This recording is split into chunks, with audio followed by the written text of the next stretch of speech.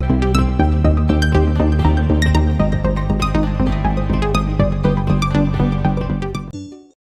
साथियों, एक बार फिर से आप सभी का बहुत बहुत स्वागत है लोधाई क्लासेस के बीए प्लेटफॉर्म पर।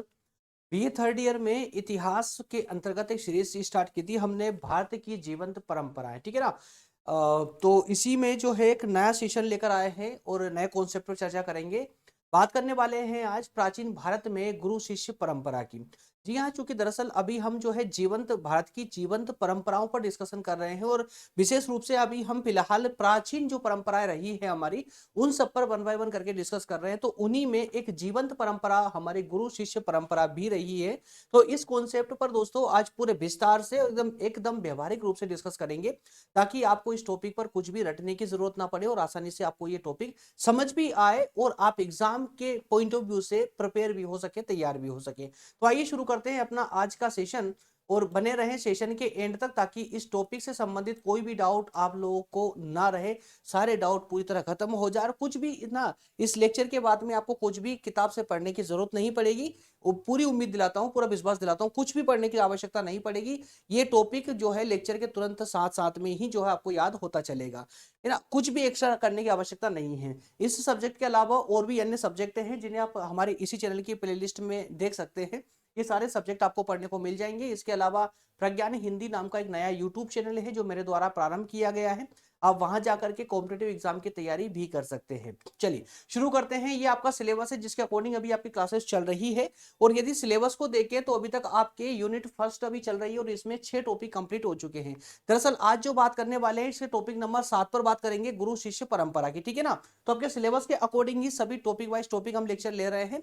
और जो है कभी कभार इसमें अभी गैप हो रहा है, लेकिन अगर आप लोग कमेंट बनी रही, आप लोगों की रुचि बेहतर तरीके से बनी रहेगी तो एक भी गैप नहीं होगा, डेली आपको क्लासेस मिलेगी। चलिए शुरू करते हैं। ये पूरा 5 यूनिट तक का कंप्लीट सिलेबस है, आप लोग मैच कर लीजिएगा अपने सिलेबस से, हूबहू यही टॉपिक होंगे।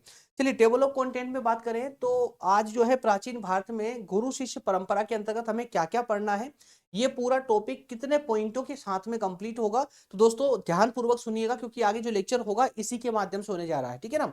तो सबसे पहले तो हम बात करेंगे पॉइंट नंबर 1 के अंतर्गत प्राचीन भारत में गुरु शिष्य परंपरा। अब इस गुरु शिष्य परंपरा के अंतर्गत कुछ पॉइंटों को फॉलो करेंगे, जिसमें सबसे पहले बात करने वाले हैं कि ये परंपरा एक्चुअल में है क्या। उसके बाद में बात करेंगे गुरु शिष्य परंपरा का इतिहास क्या रहा है।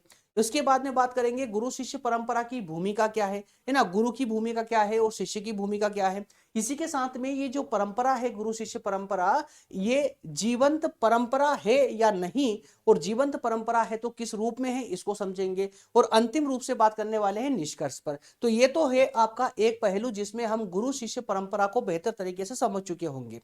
उसके बाद में पॉइंट नंबर 2 में दोस्तों हम डिस्कस करने वाले हैं गुरुकुल शिक्षा प्रणाली की। जी हाँ, आज आप स्कूल कॉलेजेस में पढ़ते हैं, है ना। तो रोमन पद्धति पर आपको जो है पूरे बेस्ड है आपकी शिक्षा प्रणाली। लेकिन यदि आज आप देखा जाए तो अगर हम प्राचीन भारत की बात करें तो प्राचीन भारत में ऐसे स्कूल कॉलेज नहीं हुआ करते थे, गुरुकुल हुआ करते थे, जहां पर प्रत्येक विद्यार्थी को वहां जाकर के और शिक्षा प्राप्त करनी होती है। तो इस प्रणाली को कंप्लीट समझेंगे और कंप्लीट समझने के लिए यहाँ पर 5 बिंदुओं को यहाँ पर भी हम फॉलो करेंगे। 5 बिंदु ध्यान देखिएगा। व्याख्या, उसका गुरुकुल शिक्षा पद्धति का परिचय, है ना, शिक्षा की प्रक्रिया, गुरु शिष्य संबंध और आधुनिक संदर्भ में गुरुकुल की परंपरा। तो ये 5 बिंदु इसके, ठीक है ना, गुरुकुल गुरुकुल शिक्षा प्रणाली के, और वहीं 5 बिंदु है आपके गुरु शिष्य परंपरा के। तो पांचों 5-5 पॉइंट 10 पॉइंट कुल मिलाकर होंगे। सेशन इतना लंबा नहीं होगा, डोंट वरी, का जल्दी कंप्लीट कर लेंगे। तो चलिए बढ़ते हैं पॉइंट नंबर 1 में, एक एक को इनको लेकर के समझना प्रारंभ करते हैं। चलिए शुरू करते हैं। सबसे पहले बात कर ले प्राचीन भारत में गुरु शिष्य परंपरा। दोस्तों, चाहे वो प्राचीन भारत हो या मध्यकालीन भारत रहा हो या फिर आधुनिक मतलब वर्तमान ही क्यों ना हो, गुरु और शिष्य की जो परंपरा है संभवतः जितना महत्व प्राचीन समय में रखती थी आज भी उतना ही महत्व रखती है। कुछ मायनों में थोड़ा बहुत इसका अर्थ जरूर परिवर्तित हो चुका है, क्योंकि अर्थ की समानता या अर्थ की प्रधानता के कारण इस परंपरा में थोड़ा बहुत बदलाव जरूर देखा गया है। लेकिन वास्तविक रूप से इसका अगर महत्व की बात करें तो आज भी यह परंपरा उतना ही महत्व रखती है जितना कि हमारे सामान्य जीवन में माता और पुत्र का जो परंपरा चली आ रही है, पिता पुत्र की परंपरा है, भाई बहन की परंपरा है, वही परंपरा आज गुरु और शिष्य की भी है। प्राचीन समय से लेकर वर्तमान में भी ये परंपरा भी अपना एक अमूल्य योगदान समाज को प्रदान करती है। और इसी एवज में जो है दोस्तों, हम गुरु शिष्य परंपरा को हम अपनी भारतीय संस्कृति का एक अभिन्न अंग मानते हैं। और यही वह परंपरा है जिसके माध्यम से, ध्यान सुनिएगा, यही वो परंपरा है जिसके माध्यम से ज्ञान हो या संस्कार हो, एक पीढ़ी से दूसरी पीढ़ी तक आसानी से हस्तांतरित होते चले जाते हैं और होते चले आ रहे हैं। बच्चों के संस्कार देख करके हम उसके परिवार के संस्कारों का पता लगा लेते हैं। ऐसा क्यों संभव हो पाता है? तो इसी परंपरा के कारण संभवतः बच्चों का संस्कार परिवार से आता है, जिसमें उसके गुरु माता पिता होते हैं। लेकिन जहां पर बात आती है गुरु की, तो जैसे ही गुरु शब्द प्रयोग होगा ना, तो गुरु के साथ में शिष्य का संबंध अपने आप जुड़ जाता है, चाहे फिर वहां रिश्ता कुछ भी हो। उसी कारण हम कह सकते हैं कि गुरु शिष्य परंपरा जो है, जितना महत्व प्राचीन समय में रखती थी, आज भी वह उतना ही महत्व बनाए हुए है। और इसी कारण से भारतीय संस्कृति का ये एक अभिन्न अंग है। इस परंपरा के माध्यम से गुरु अपने शिष्य को न केवल शाब्दिक ज्ञान, बल्कि जीवन के मूल्य, नैतिकता या आध्यात्मिकता की शिक्षा सहज तरीके से दे देते थे। जैसा आपने पिक्चर में देख पा रहे हैं, ये एकदम आसान जीवन और एकदम साधारण तरीका हुआ करता था प्राचीन भारत में। Sorry, okay. तो इस प्रकार से हम कह सकते हैं कि प्राचीन भारत में गुरु शिष्य परंपरा के अंतर्गत यदि व्याख्या की बात करें, व्याख्या मतलब ओवरऑल उस कॉन्सेप्ट का एक सामान्य सा तथ्य हमें रखना होता है। तो इस सामान्य तथ्य में आप सिर्फ इतना ही कहेंगे, व्यवहारिक रूप से सुनिएगा।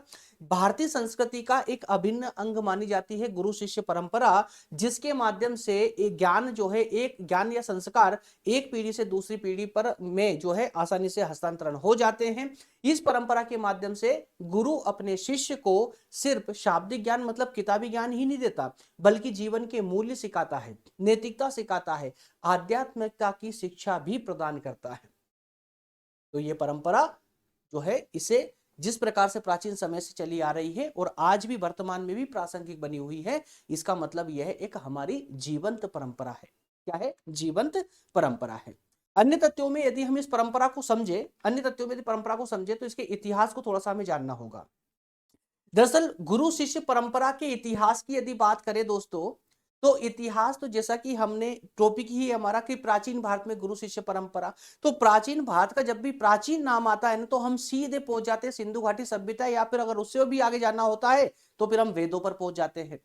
और एग्जैक्टली भारतीय संस्कृति के अंतर्गत जो गुरु शिष्य परंपरा का जो उल्लेख है, वो हमें वेदों से प्राप्त हुआ है, उपनिषदों से प्राप्त हुआ है। इतना ही नहीं, महाभारत और रामायण जैसे महान ग्रंथों से हमें यह इस परंपरा का जो है ज्ञान प्राप्त होता है, इसका उल्लेख उनमें किया गया है। यदि आप उदाहरण स्वरूप देखते हो तो उपनिषदों में देख लीजिए, जिसमें गुरु और शिष्य के संवाद दिए गए हैं, उन संवादों के माध्यम से ज्ञान एक स्तर से दूसरे स्तर पर जो है हस्तांतरण हो रहे हैं, हस्तांतरण का मुख्य माध्यम बन चुका है ये। इतना ही नहीं, महाभारत में देखेंगे आप तो कृष्ण अर्जुन को ज्ञान देते हैं, रामायण में देखेंगे तो राम हनुमान को ज्ञान देते हैं। और ये सबसे महत्वपूर्ण उत्कृष्ट उदाहरण माने जा सकते हैं, जिसमें कहा जा सकता है कि गुरु शिष्य परंपरा एक क्या है? जीवंत परंपरा है। क्या है? जीवंत परंपरा है। क्लियर है? अन्य तथ्यों में बात करेंगे हम भूमिका की। अन्य तथ्यों में हम बात करेंगे, जिसमें सेपरेटली बात करेंगे कि गुरु की भूमिका क्या रही है और शिष्यों की भूमिका क्या है। एक श्लोक है आपका, जिसको आपको संभवतः आप में से हर एक छात्र को याद होगा, मैं अच्छे से जानता हूं। गुरुर ब्रह्मा गुरुर विष्णु गुरुर देवो महेश्वरा गुरुर साक्षात पर ब्रह्म है तस्मै श्री गुरुवे नमः। ये श्लोक हमें क्या सिखाता है? ये श्लोक हमें कहां से प्राप्त हुआ है? ये आज की आधुनिक किताबों में तो इसका उल्लेख नहीं है। उल्लेख है, लेकिन ये उल्लेख आया कहां से? तो ये प्राचीन तथ्यों से हमें, या प्राचीन ग्रंथों से हमें इसका उल्लेख प्राप्त होता है, इसका ज्ञान प्राप्त होता है। और ये श्लोक अपने आप में गुरु की तुलना ब्रह्मा विष्णु और महेश के साथ करता है। मतलब गुरु किसी भी पक्ष में ईश्वर से कम नहीं है, मतलब गुरु को ईश्वर का दर्जा दिया गया है। तो इस प्रकार से हम देख सकते हैं कि भारतीय संस्कृति के अंतर्गत जब गुरु का उल्लेख होता है, तो गुरु या ईश्वर, ईश्वर और गुरु जब दोनों की तुलना की जाए, तो गुरु को ही सर्वोपरि माना जाता है। गुरु की भूमिका भारतीय संस्कृति में सबसे ज्यादा सम्मानित है दोस्तों, सबसे ज्यादा सम्मानित स्थान गुरु को प्राप्त है। उन्हें ब्रह्मा विष्णु महेश का जो है स्थान दिया गया है, उनके समकक्ष माना गया है। गुरु का कार्य होता है शिष्य को, अपने छात्र को अज्ञान से प्रकाश की ओर ले जाना, अर्थात कि उसके जीवन में अंधकार रूपी अज्ञान को दूर करके उसके जीवन में प्रकाश रूपी ज्ञान भर देना, और उसके लिए शिष्य का मार्गदर्शन करना। बिना गुरु के ज्ञान संभव नहीं है किसी भी दृष्टिकोण से। अन्य पक्ष में यदि बात करें कि शिष्य की क्या भूमिका होती थी, तो प्राचीन भारत के दृष्टिकोण से ही बात करेंगे तो शिष्य का कार्य होता था कि वह गुरु के प्रति श्रद्धा बनाकर रखे, अपना समर्पण दे, अनुशासन के साथ में ज्ञान प्राप्त करे। यह महत्वपूर्ण कार्य था शिष्य का। श्रद्धा भाव से समर्पण के साथ अनुशासन के साथ ज्ञान प्राप्त करे, उसका महत्वपूर्ण कार्य था कि वो गुरु के प्रत्येक आदेश का पालन करे, और इन आदेशों का पालन करते हुए गुरु से जीवन के मूल्यों की शिक्षा प्राप्त करे, जीवन की नैतिकता की शिक्षा प्राप्त करे। और जो तथ्य वर्तमान में होता है ना कि यदि आज कोई भी शिष्य अपना सर्वांगीण विकास करना चाहता है तो उसे अपने गुरु पर पूर्ण विश्वास रखना होगा, अपना समर्पण उस गुरु को देना होगा। यही तथ्य प्राचीन समय में भी विद्यमान था, यह तथ्य प्राचीन समय में भी जो है इसी विश्वास के साथ में विद्यमान था जो आज वर्तमान में है। उस समय भी जो भी शिष्य लगभग 6 से 11 वर्ष की उम्र में गुरुकुल में प्रवेश कर जाता था शिक्षा प्राप्त करने के लिए, वो गुरुकुल में गुरु के आश्रय में रह करके शिक्षा प्राप्त करता था, जो कि आज संभव नहीं है। आगे बढ़ते हैं, अगले पक्ष की ओर बढ़ते हैं। अगला पक्ष है आपका जीवंत परंपराएं। अब इस दृष्टिकोण में हम बात करेंगे कि जो हमारी भारत की गुरु और शिष्य की परंपरा है, क्या वो जीवंत परंपरा है? एग्जैक्टली जीवंत परंपरा है, जब प्राचीन समय से चली आ रही। और हमने जीवंत परंपराओं के अंतर जब स्टार्टिंग में 1-2 लेक्चर लिए थे, प्रारंभ के जो 2-3 लेक्चर थे उसमें हमने यही बात की थी कि एक्चुअल में जीवंत परंपराएं होती क्या है। अरे भाई, जो प्राचीन समय से जो परंपरा चली आ रही हो, समय के साथ जिसने अपना रूप बदल करके अन्य रूप में आज भी हमारे लिए महत्वपूर्ण है, प्रासंगिक हो, वो परंपराएं एग्जैक्टली जीवंत परंपराएं हैं, जिंदा परंपराएं हैं। तो गुरु शिष्य परंपरा भले ही आज हमारे सामने अन्य रूप में खड़ी है, लेकिन है तो वही परंपरा जो प्राचीन समय में गुरुकुल से प्रारंभ हुई थी, है ना। इसलिए हम कह सकते हैं कि भारतीय जो गुरु शिष्य परंपरा है वो बिना निसंकोच के जो है जीवंत परंपरा ही है। क्योंकि वर्तमान में भी कई ऐसे गुरुकुल है, कई ऐसे आश्रम है या कई ऐसी धार्मिक संस्थाएं हैं जहां पर इस परंपरा को जीवित रखा गया है। वर्तमान में भी इन गुरुकुल या आश्रमों के माध्यम से जो शिक्षा प्रदान की जाती है उसमें इसी के दर्शन, इसी गुरु शिष्य परंपरा के दर्शन होते हैं। आप वेदांत को देख लीजिए, योग, संगीत, नृत्य या अन्य कलाओं की जो कार्यशालाएं होती है, शिक्षाशालाएं होती हैं, वहां पर आप गुरु शिष्य परंपरा को देख सकते हैं। आध्यात्म इतना ही नहीं, जो आध्यात्मिक गुरु है उनके द्वारा जो शिक्षाएं दी जा रही है, वो शिक्षा जो समारोह किए जाते हैं उनके, वो भी जो है हमारे आज जीवंत उदाहरण, उत्कृष्ट उदाहरण उनको कह सकते हो। जो हमारे धार्मिक गुरु है जिनके माध्यम से शिक्षाएं दी जाती है, वो इसी परंपरा के जो है एक अच्छे उदाहरण माने जा सकते हैं। अंतिम रूप से यदि बात करें, इसमें निष्कर्ष के रूप में बात करें, निष्कर्ष रूप में बात करें दोस्तों, तो गुरु शिष्य परंपरा प्राचीन भारत की एक अमूल्य धरोहर है। क्या है? एक अमूल्य धरोहर। कुछ पॉइंट ऐसे हैं जिनको आप लोग को फोकस करना चाहिए, है ना। जो है प्राचीन भारत की एक अमूल्य धरोहर मानी जा सकती है, जो ज्ञान, संस्कार या आध्यात्मिकता को आगे ट्रांसफर करने का एक सबसे बड़ा साधन मानी जाती है। ये परंपरा आज भी हमारे समाज में जीवित है और पीढ़ियों दर पीढ़ी, पीढ़ी दर पीढ़ी जो है इन ज्ञान को, संस्कार को या आध्यात्मिक ज्ञान को एक पीढ़ी से दूसरे पीढ़ी में हस्तांतरित कर रही है। ये एक अमूल्य धरोहर के रूप में आज भी प्रासंगिक मानी जा सकती है। तो निष्कर्ष को देख के ये जो 5 पॉइंट हमने डिस्कस किए, इसके माध्यम से हम अंतिम रूप से ये कह सकते हैं कि जो भारत की गुरु शिष्य परंपरा है, जितना महत्व प्रारंभिक रूप से रखती थी या प्राचीन समय में रखती थी, आज भी वह उतना ही महत्व बनाए हुए है, आज भी भारतीय समाज के लिए उतनी ही प्रासंगिक है। भले ही इसने रूप बदल करके हमारे सामने अन्य रूप में आज मौजूद है, लेकिन संभवतः उसका महत्व आज भी वही है। भले ही आज गुरुकुल का स्थान इंग्लिश मीडियम स्कूलों ने ले लिया हो, इंग्लिश मीडियम कॉलेजों ने ले लिया हो, लेकिन कहीं ना कहीं आज भी वहां पर उसी परंपरा का पालन किया जाता है जो प्राचीन समय में गुरुकुल में की जाती थी। गुरुकुल का मतलब होता है गुरु का घर, और हमें गुरु के घर में जाकर के शिक्षा लेनी पड़ती थी, गुरु के आश्रय में शिक्षा लेनी पड़ती थी, जहां पर हमें शिक्षा प्राप्त करने के साथ ही साथ में अन्य रोजमर्रा के कार्य भी करने पड़ते थे, जिससे हमें जो वास्तविक जीवन का ज्ञान होता था, वास्तविक जीवन का अनुभव गुरु के आश्रय में रहते हुए ही प्राप्त हो जाता था हमें, दैट मीन्स की शिष्यों को। तो आइए जरा कुछ चर्चा अब गुरुकुल प्रणाली पर भी कर लेते हैं कि गुरुकुल शिक्षा प्रणाली दरअसल थी क्या। सबसे पहले बात करते हैं गुरुकुल शिक्षा प्रणाली की, छोटा सा एक थोड़ा सा व्याख्या के रूप में इसके तथ्यों को देख लेते हैं। दरअसल प्राचीन भारत में गुरुकुल शिक्षा पद्धति एक महत्वपूर्ण और प्रभावशाली प्रणाली मानी जाती थी, जो शिक्षा, संस्कार और सांस्कृतिक मूल्यों को संप्रेषण का मुख्य माध्यम थी। गुरु के द्वारा शिक्षा अवश्य दी जाती थी, लेकिन गुरु का जितना महत्व था यहाँ पर, उतना ही महत्व गुरुकुल का भी था। गुरु के द्वारा जहां पर शिक्षा दी जाती थी वह गुरुकुल हुआ करता था, और यही वो गुरुकुल था जहां पर विद्यार्थी मतलब शिष्य अपने गुरु से ज्ञान प्राप्त करते थे, शिक्षा, संस्कार या सांस्कृतिक मूल्य प्राप्त करते थे, और आने वाली पीढ़ी को आगे गुरु बनकर के आगे उसको संप्रेषित करते थे, आगे बढ़ाते थे। इस पद्धति में विद्यार्थी अपने गुरु के आश्रय में रहकर शिक्षा प्राप्त किया करते थे, जिससे उन्हें न केवल शैक्षणिक ज्ञान प्राप्त होता था, बल्कि जीवन के विभिन्न पहलुओं की भी समझ प्राप्त होती थी, समझ मिलती थी। क्योंकि विभिन्न प्रकार के शैक्षणिक ज्ञान के साथ ही साथ में गुरु उनसे वास्तविक जीवन के या कहें कि रोजमर्रा के कार्य भी करवाया करते थे, जिससे उन्हें वास्तविक जीवन की झलक उनको इस शिक्षा अध्ययन काल में ही प्राप्त हो जाती थी, जिससे वो आगे और सशक्त हो सके।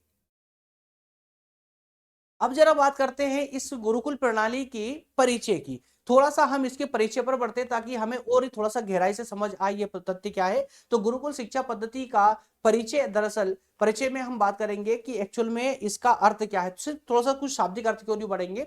जैसे बात करते हैं ना गुरुकुल की, तो गुरुकुल का जो शाब्दिक अर्थ होता है ना, वो होता है गुरु का परिवार। क्या होता है? गुरु का परिवार। इस अब ये गुरु का परिवार, तो इसी से आप लोग धारणा निकाल सकते हैं कि गुरुकुल दैट मीन्स गुरु का परिवार, मतलब यहाँ पर जो विद्यार्थी होते थे वो गुरु के परिवार में जाकर के शिक्षा प्राप्त करते थे, मतलब अपने परिवार को छोड़कर गुरु के परिवार का हिस्सा बनकर के शिक्षा प्राप्त किया करते थे। गुरुकुल में शिक्षा का उद्देश्य केवल पुस्तक का ज्ञान देना नहीं था, बल्कि विद्यार्थियों का सर्वांगीण विकास ही गुरुकुल का प्रमुख उद्देश्य होता था। सर्वांगीण विकास में मानसिक के साथ में शारीरिक और सामाजिक, आध्यात्मिक, ये सारे विकास आ जाते हैं। मतलब एक गुरुकुल में बच्चे का सिर्फ मानसिक विकास ही नहीं होता था, उसका शारीरिक विकास भी होता था, उसका सामाजिक विकास भी होता था। समाज से संबंधित महत्वपूर्ण शिक्षा उनको प्रैक्टिकली प्रदान की जाती थी, आध्यात्मिक ज्ञान भी उनको प्राप्त होता था। ऐसा हुआ करता था हमारा गुरुकुल। अब यदि आप लोगों ने इतिहास में रुचि रखी है और आपने बीए सेकेंड ईयर में, अभी चूंकि आप थर्ड ईयर के छात्र हैं, सेकेंड ईयर में यदि आपने मध्यकालीन इतिहास को पढ़ा है, तो आप संभवतः इस पूरी लिंक को कनेक्ट कर पाएंगे।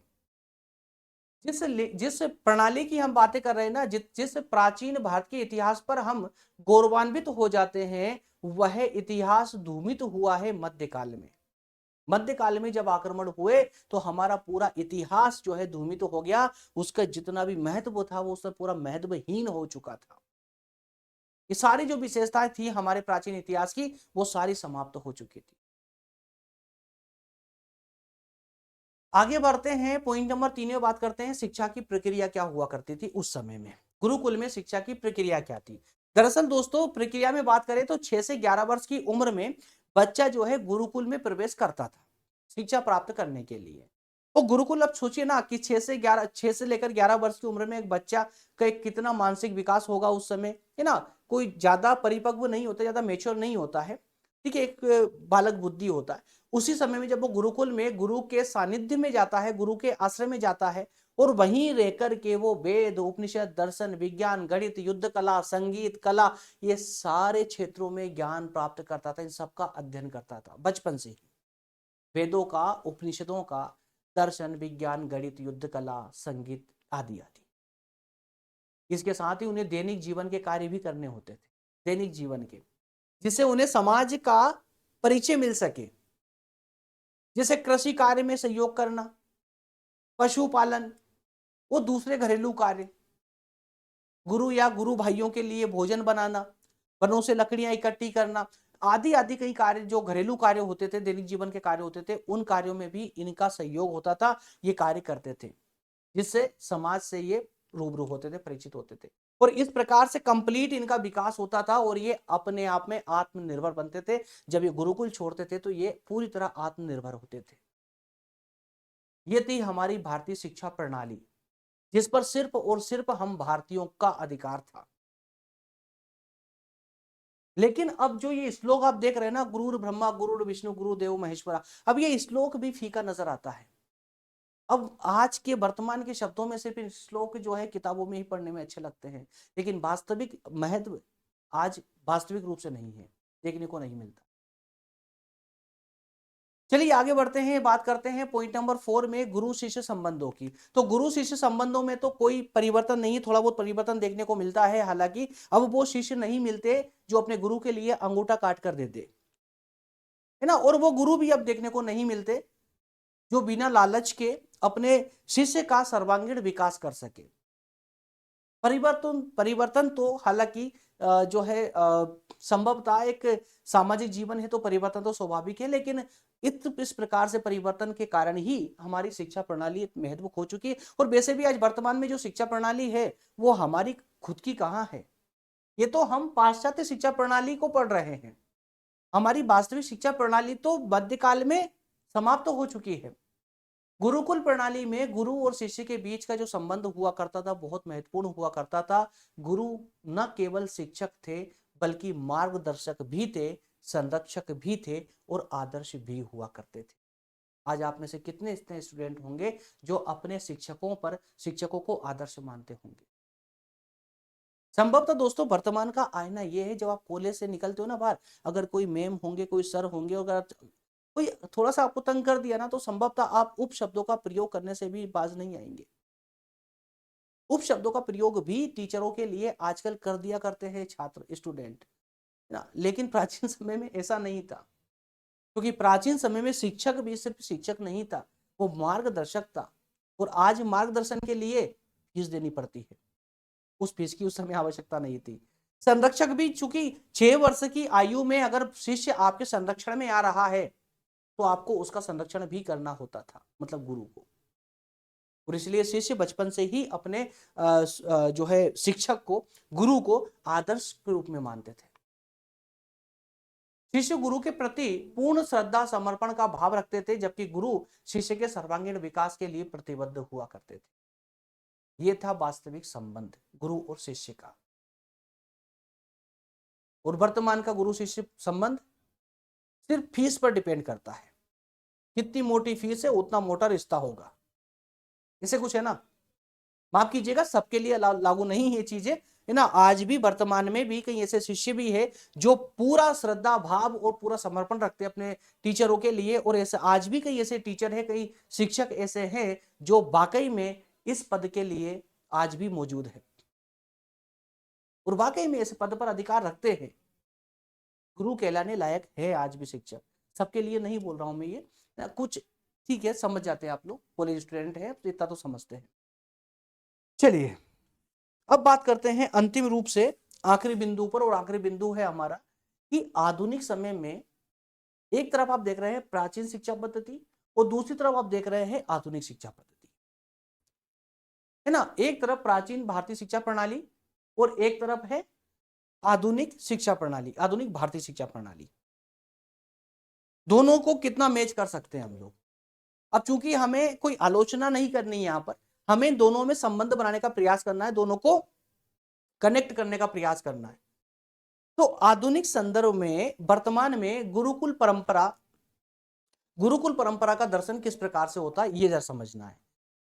तो दरअसल हालांकि समय के साथ में शिक्षा प्रणाली में कई सारे या बहुत ज्यादा परिवर्तन जरूर हुआ है, लेकिन गुरुकुल परंपरा के मूल सिद्धांत की बात करें, अब चूंकि है तो हम भारतीय है ना, तो मूल सिद्धांत कहाँ जाएंगे, मूल सिद्धांत तो आज भी प्रासंगिक बने हुए हैं।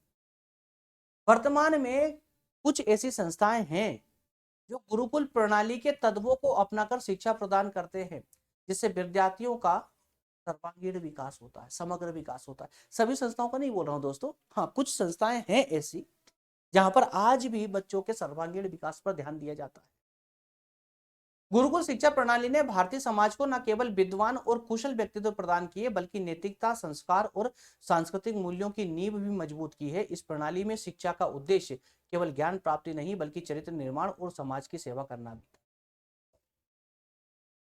तो गुरुकुल शिक्षा प्रणाली भले ही आज समाप्त तो हो चुकी है, लेकिन उसके सिद्धांत आज भी जीवित है, जो हमारे स्कूल कॉलेजों में देखे जा सकते हैं। और इतना ही नहीं, कुछ संस्थान आज भी ऐसे हैं जो गुरुकुल शिक्षा प्रणाली की हूबहू आज भी शिक्षा प्रदान करते हैं, जिससे एक बच्चे का, एक बालक का जो है सर्वांगीण विकास होता है, पूर्ण विकास होता है, जिससे वो अपने चरित्र निर्माण या समाज की सेवा के लिए हमेशा तत्पर रहते हैं। और आज भी आप वर्तमान में देखते हैं ना, कई तो ऐसे लोग कहीं ना कहीं से जो है इसे लोग चर्चा में आई जाते हैं, जो समाज के लिए अपने जो है प्राण तक न्यौछावर कर देते हैं, मतलब संपूर्ण जीवन समाज के लिए न्यौछावर कर देते हैं।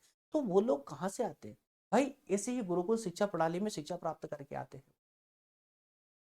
उम्मीद करता हूं पांच दोनों पॉइंट जो हमने डिस्कस किए हैं, गुरुकुल शिक्षा प्रणाली का और गुरु शिष्य परंपरा का, दोनों ही पॉइंटों के पांच पांच जो पक्ष हमने डिस्कस किए हैं, कंप्लीट आप लोगों को समझ आए होंगे। कोई डिस्कस ये कहें कि कोई डाउटफुल जैसी कोई चीज थी नहीं, कोई ऐसा टॉपिक नहीं था जो डिफिकल्ट हो, ठीक है ना। इसी के साथ में जो है चलते हैं, आज और कल वाले सेशन में हम बात करेंगे संस्कृति की, भारतीय संस्कृति की, हमारी विरासत और हमारी पहचान क्या है, हमारी संस्कृति। तो इसी संस्कृत या संस्कृति की चर्चा करेंगे कल वाले सेशन में। वो भी जो है कुछ क्या कहे कि अगर इस सब्जेक्ट में तो अधिकतम जो है आपको आपकी ही परंपराओं से मैं परिचित करवाऊंगा। कौन कौन सी ऐसी परंपराएं हैं जिन्हें आज जो है हम लगभग भूलने लगे हैं, तो भूलिएगा मत, उन परंपराओं को वापस से जीवित करने की आवश्यकता है, क्योंकि वो परंपरा अपने आप में जीवंत परंपराएं हैं, है ना। तो ऐसी ही परंपराओं पर पूरा कॉन्सेप्ट, पूरा सब्जेक्ट जो है ना, ये भारत की जीवंत परंपराओं का है, और उन सभी परंपराओं पर हम इस सेशन के माध्यम से डिस्कस करेंगे। और आप अपनी प्राचीन हर एक परंपरा का दर्शन आप इस सीरीज के माध्यम से कर पाएंगे और उन सभी से संबंधित ज्ञान प्राप्त कर पाएंगे। मिलेंगे अगले सेशन में दोस्तों। पीडीएफ की लिंक डिस्क्रिप्शन में डाल दी है, आप चाहे तो डाउनलोड कर सकते हैं। इसके अलावा सेशन को लाइक कर दिया करें, और नए हैं चैनल पर, पहली बार आए हैं तो सब्सक्राइब कर लीजिएगा, ठीक है, ताकि हमारे क्लासेस के नोटिफिकेशन आपको मिलना प्रारंभ हो जाए। मिलेंगे अगले सेशन में, बहुत बहुत धन्यवाद, थैंक यू सो मच।